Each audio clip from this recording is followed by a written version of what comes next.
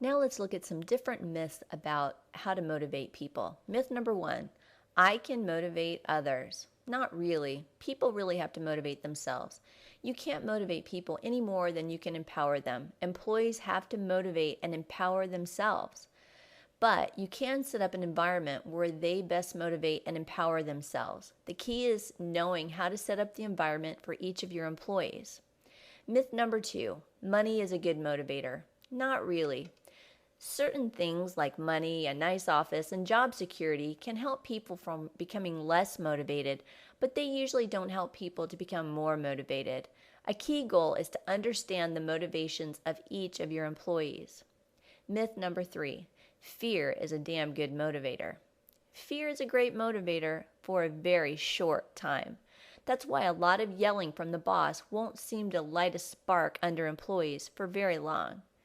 Myth number four, I know what motivates me, so I know what motivates my employees. Not really. Different people are motivated by different things. I may be greatly motivated by earning time away from my job to spend more time with my family. You, however, might be motivated by more recognition of a job well done. People are simply motivated by different things. Again, a key goal is to understand what motivates each of your employees. Myth number five, increased job satisfaction means increased job performance. Research shows that it isn't necessarily true at all. Increased job satisfaction does not necessarily mean increased job performance.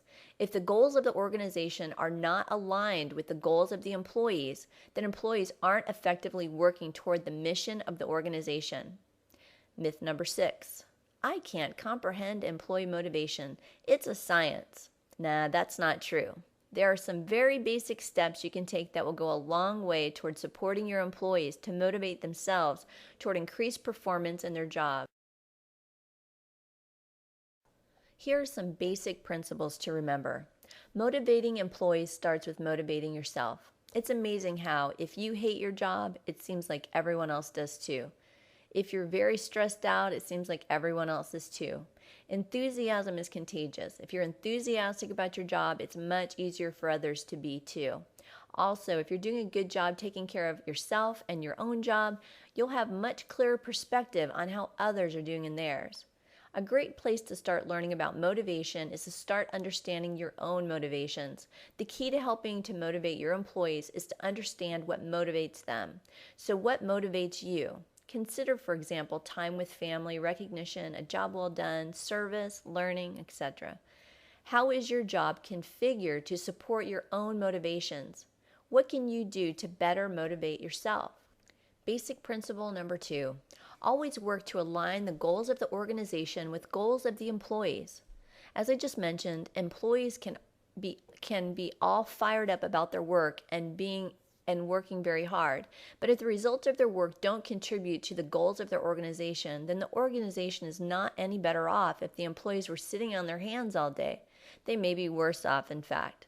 Therefore, it's critical that managers and supervisors know what they want from their employees. These preferences should be worded in terms of goals for the organization. Identifying the goals for the organization is usually done during strategic planning. Whatever steps you take to support the motivation of your employees, ensure that employees have strong input to identifying their goals and that these goals are aligned with those of the organization. Number three, the key to supporting the motivation of your employees is understanding what motivates each of them.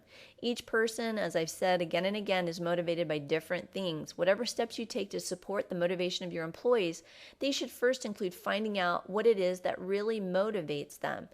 And you can find that out by simply asking them and listening to them and observing them. Number four, recognize that supporting employee motivation is a process, not a task. Organizations change all the time, as do people. Indeed, it is an ongoing process to sustain an environment where each employee can strongly motivate themselves. If you look at sustaining each employee motivation as an ongoing process, then you'll be much more fulfilled and motivated yourself. Number five, support employee motivation by using organizational systems, for example, policies and procedures. Don't just count on good intentions. Also, don't count on cultivating strong interpersonal relationships with employees to help motivate them. The nature of these relationships can change greatly. For example, if you're under a real time of stress, being friends with an employee might not necessarily help you out. Instead, use reliable and comprehensive systems in the workplace to help motivate employees. For example, establish compensation systems, employee performance systems, organizational policies, etc., to support employee motivation.